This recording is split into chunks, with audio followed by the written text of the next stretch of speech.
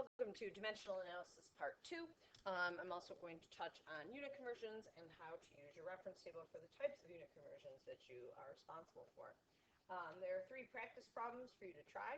You can go ahead and try these, pause the video, and I will put the answers up, and then you can see how you did.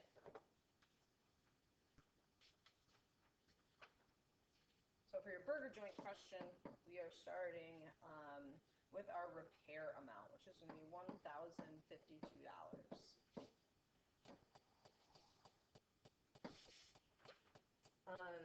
We're going to get rid of our dollars first. In 1 week, we are going to earn $520.17.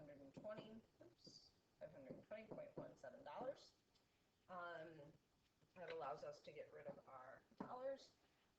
We're going to get rid of weeks next. In 1 week, we work 40 hours. And every 1 hour, we are wrapping 184 burgers. So once you do your math for that, we're going to actually make the assumption that all of our conversion values are unlimited sig figs. So our answer we get for this is 14,889.9 burgers. So we're going to need to put that into proper sig figs, as well as, actually, we really have quite a few sig figs here. We're going to round that up, though.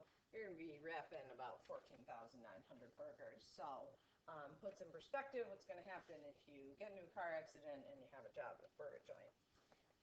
The next one, for our miles per hour, being changed into feet per second. We've got 60 miles,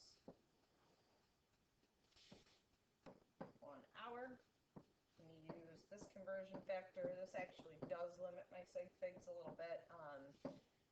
The nice thing about metric, we have unlimited sig figs in our conversion factors, not true in standard units. So this is going to allow me to get rid of my miles. Next, I need to get rid of my hours or my feet. You want to keep the feet. So I'm going to get rid of my hours next. 1 hour is 60 minutes. And finally, 1 minute is 60 seconds. So that gets me down to my feet per second. Once you've done your math, we're going to keep 3 sig figs on this based on this factor right here, which has 3 sig figs in it. Oops, still a marker.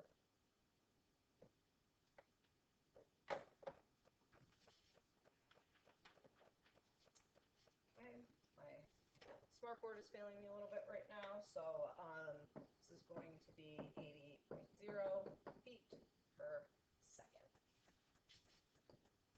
Last but not least, how many minutes are in 180 days? And that will be the number that determines our sig figs.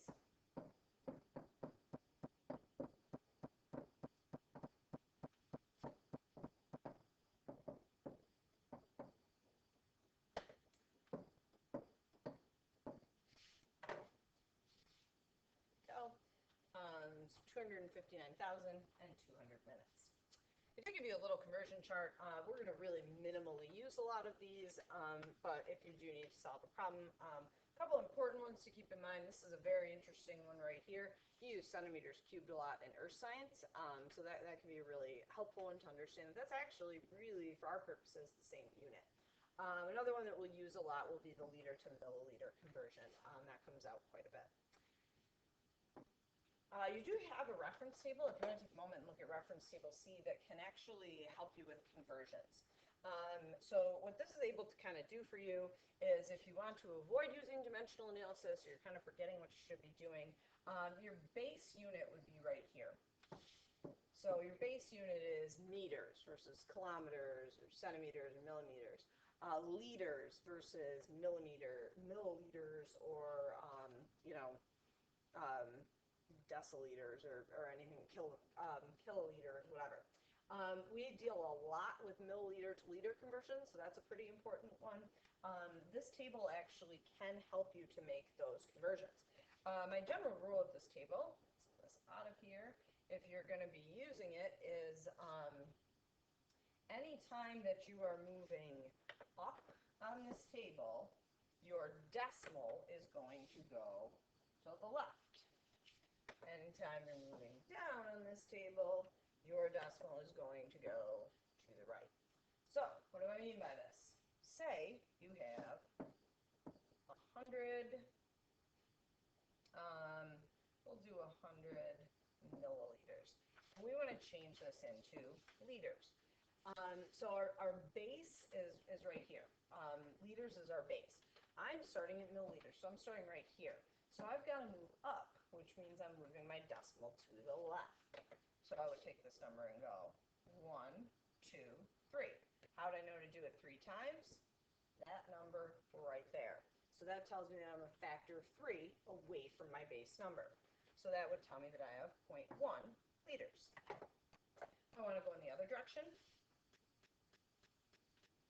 So say, for example, I was starting with liters. Say I had 0.20 liters, and I want to turn this into milliliters. So I'm starting at my base unit, and I'm traveling from my base unit down to milliliters, and I'm going by that factor of 3. So since I'm going down, I'm going to move the decimal point the other way. 1, 2, 3 times because of that exponent. This is going to tell me that I have 200 milliliters. Half a liter or 0.5 liters is 500 milliliters. This makes complete and total sense. Some quick calculations that we can do. You can actually tackle these either way. So you're welcome to use your reference table to do so. Or you can also use dimensional analysis. So if you're going to solve this by dimensional analysis, we'd say we have 943 meters. There are 1,000 meters in a kilometer. My meters are going to cancel out. So I'm doing 943 divided by 1,000. If I went back to my chart, I want to go from meters into kilometers.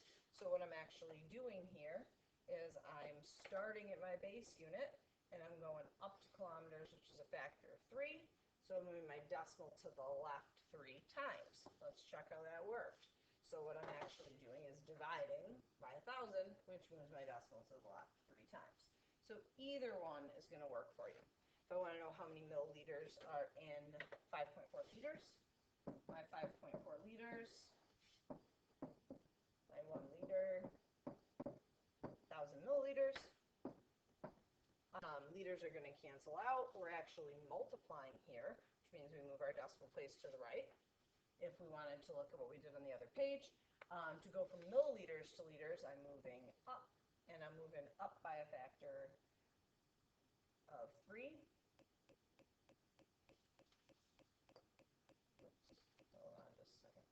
I'm sorry, I'm going from liters to milliliters. Got that backwards. So I'm starting my base unit, and I'm moving down the table. So I'm moving down by a factor of 3, which means I'm moving my decimal place to the right, which is the same thing as multiplying. So I'm doing 5.4 times 1,000, which gives me 5,400 milliliters.